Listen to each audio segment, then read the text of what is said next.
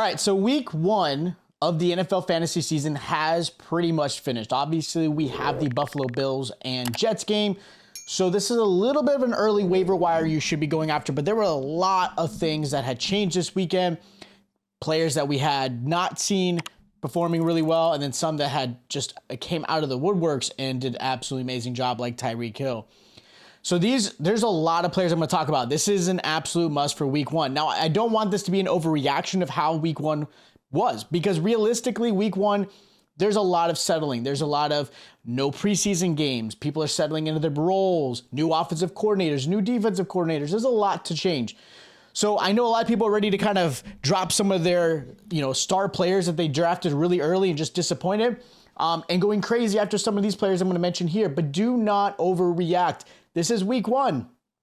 Again, week 1, just take your time. But there are some players in here that you should really consider, and I'll go into that. So the first thing we're going to talk about is the quarterback position. I'm only going to mention 3 here. First one is going to be Jordan Love. He's available in 69% of most leagues. Again, we're talking Yahoo. Going against the Falcons second week, which who knows how that's going to be, because if they're up high, they're not going to really do a whole lot. But he put up 245 yards in the air, 3 passing touchdowns, played a perfect game against the Chicago Bears, who don't have a great defense. And that was still with Christian Watson missing. If Christian Watson played, I think Watson actually would have had an amazing game. Romeo Doubs had a great game. I'm not putting him in my waivers here. You guys can consider him if you're in a deep league. But Jordan Love looked outstanding. He is definitely somebody I'm considering grabbing, especially if you stream quarterbacks every single week based off matchup. He is definitely your number 1 target there. Baker Mayfield is another quarterback I mentioned. He's available in 90% of leagues. He's going against the Bears this week, which is a great opportunity because, again, you saw what Jordan Love was able to do. Mayfield played really smart and clean. He had 2 touchdowns, took care of the ball really well. He has a great matchup again against this Bears defense that allowed Jordan Love to have 25 points. So realistically, this is a team that just looks poor. Mayfield looked pretty good. They threw a lot with him. He, again, played very well against a poor Vikings defense. Let's be fair. But Baker Mayfield, somebody you may want to stream this week. And the last quarterback I'm going to mention is Mac Jones. He's going against the Dolphins this week. He's available in 92% of most leagues. He played very well against the tough Eagles defense, which I don't consider it tough anymore. I mean, the defense, they've gone through a bunch of new offensive and defensive coordinators for the Eagles, and maybe that's why they played the way they did. But having the new offensive coordinator and Bill O'Brien for Mac Jones definitely helped a lot. He didn't have Patricia like he did last season. He threw for over 300 yards and 3 passing touchdowns. Has a great matchup against Miami because this is absolutely going to be a shootout. So I really like Mac Jones this week again. Now, as far as running backs, there are going to be 5 players I'm going to mention here. Now, the number 1 running back you should be grabbing this week is going to be Tyler Allgeier. He's available in 44% of most leagues going against the Packers. He was used heavily in the goal line, saw plenty of shares. He definitely outscored Bijan because of those goal line touches. But I will say, Bijan owners, do not fret. He still saw plenty of targets. He still performed very well. Had he got some of his goal line work like Tyler Algier, Bijan could have easily finished as RB1 possibly this week. So I still believe in him. Realistically, I mentioned this a lot in the offseason, the Falcons team is going to run the ball a lot, meaning Algier is essentially a 1B to 1A Bijan. So this is a point where we'll talk about start and sits. Algier may be someone you want to put in your flex or RB2 role, depending on how your roster is, because of the usage he's going to get. So I like him a lot. Another running back is going to be Kyren Williams versus the 49ers this week. Tough matchup, but he's available in 95% of most leagues. He was way more efficient than Cam Akers. A lot of people were unsure what was going on. We thought Cam Akers was absolutely done. Now, Cam Akers did see plenty of touches, but he struggled heavily. Kyron Williams definitely saw a lot more red zone action than really we had anticipated, especially for people who believed in Cam. I was one of them, and I'll take that. I'm still going to believe in Cam, even if Sean McVay does not. I think Akers just needs to leave, because I still think he's a great back. This offense isn't great at all, but Kyren Williams is somebody you may want to be worth grabbing, especially if you have Cam Akers on your team. Another running back you may consider, but I'm going to put a caution into this, is Justin Hill. He's available in 97% of most leagues, which makes sense. He shouldn't be rostered. Unfortunately, J.K. Dobbins is now going to be out for the year with a torn Achilles, which is big time. This was his year to break out, hopefully, to have that big contract for him, and it's sad to see, but Justin Hill took a lot in there. He had 2 goal line touchdowns, which Had Dobbins actually not gotten hurt, Dobbins would have been fantastic. He would have gotten those goal line work.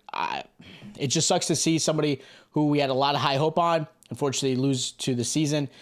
Justin Hill is somebody a lot of people are going to go after because of what he did, but he didn't do really well. He just had 2 goal line touchdowns. I don't see him as the RB1, and I see this as a potential committee, and I see this as a team that may go after like a Kareem Hunt or Leonard Fournette. So if I'm you, I'm holding off grabbing Justice Hill, or even Gus Edwards, unless you already have him on your team, until we kind of see some clarity of what's going to happen in next week.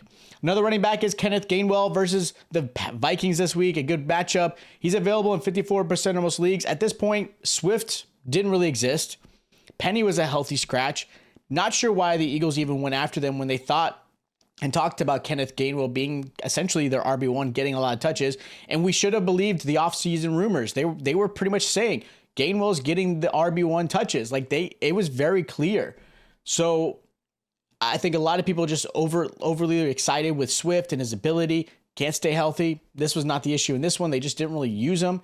And then, again, a healthy scratch on Rashad Penny was definitely a scratcher because you just paid this guy to come to your team to just sit on your bench. There's a lot of uncertainty of what the Eagles were quite doing in that one. So, and just in general, the Eagles offense struggled. Hurts didn't do well. The receivers weren't really getting open. Good Patriots defense, so you got to give them credit. But Gainwell is maybe somebody you want to grab on your team. The last running back, this is for deep rosters and anybody who has Derrick Henry, is Tyjae Spears. Tyjae Spears, he's available in 85% of most leagues going against the Chargers. He outsnapped Henry, which is a little concerning if you're a Derrick Henry owner. But I think what they're trying to do is just keep Henry healthy for the whole season. That's the only thing I can think of. Now, Spears definitely has some explosion. He's quick. He can be a really good pass-catching back. Henry definitely had some good receptions in that game, and I thought that was where things were going to go with Derrick Henry in this offense. But the fact that he was outsnapped definitely is a little bit concerning, so something we want to watch for week 2 and 3. Don't trade him yet. Now, if you are looking to trade for him, this might be a good time just because of those stats, but again, Taiji is somebody I would consider grabbing, again, if you have Derrick Henry on your team or you're a very deep league and you can afford to put him on your roster. He's definitely somebody I'm going after. Now, as far as wide receivers, I got Jacoby Myers. Definitely somebody you want to grab. He's available in 50% of most leagues going against the Bills this week. Now, he did leave the game with a really nasty hit. He got a concussion. It looked really bad. There's a good chance he's not playing this week. So if you're rostering him or picking him up, it's 2 for, really week 3 or 4, depending on how severe that concussion was. It didn't look good, but he performed really well. He looked great, opposite of Devontae Adams. Jimmy G looked really good. He played really well. He was targeting Adams. He was targeting Myers. So I really like this one. I would definitely grab Jacoby, especially if you are thin at wide receiver. Rasheed Shaheed is another receiver I'm looking at. He looked really good. He's available in 84% of most leagues, especially if you're going to get points for returns, return yards and things like that, going against the Panthers. Derek Carr definitely had a slow start, but he started getting there better. And Olave looked really good. Michael Thomas saw some great receptions. And again, Shaheed looked really good too. So yeah, deep leagues, Shaheed is definitely something I'm grabbing. If you're in Dynasty, his value's definitely gone up. I like him a lot. Puka, what else to say? He looked great. He had 15 targets his way. He's available in 95% of most leagues. He does have a tough matchup in the 49ers this week. He had 10 receptions, 115 yards, huge numbers. He stepped up really well into this Cooper Cup role. Tutu Atwell is another guy you may want to consider. I didn't really put him on this list, but I think he is worthy of consideration of grabbing. But Puka looked really good. They said he was going to perform really well in this role. He was definitely talked about with the potential of the hamstring situation going on. So I like him. One of my favorite grabs, and he's not available in a lot of leagues, but he's definitely somebody I really loved to have him as a good start last week, is Zay Flowers. He's available in 29% of most leagues. He's going against the Bengals. He saw 10 targets. He performed really well. He looked explosive. He was fast, quick. I really was excited for this one. Again, you guys have watched my videos. As a Cowboy fan, I wanted him to come to Dallas. Unfortunately, he didn't get to fall there. This is a great weapon for Lamar Jackson. I think they finally actually truly found a true wide receiver one. He's not as big as I wish he was, but he was fantastic. And if you look at it, Odell and Bateman only had 6 targets combined and Zay Flowers saw 10. I know Mark Andrews didn't play, so that might play a little bit of a change in going forward, but I still think Zay Flowers definitely earned his targets and should see a continuation there, so I like him a lot. And the last wide receiver is Kendrick Bourne. He's available in 98% of most leagues versus the Dolphins this week. Saw 11 targets, had 2 touchdowns. Could definitely be Mac Jones' favorite target, and what was surprising a lot was the fact that the game plan really had Mac Jones throwing a lot.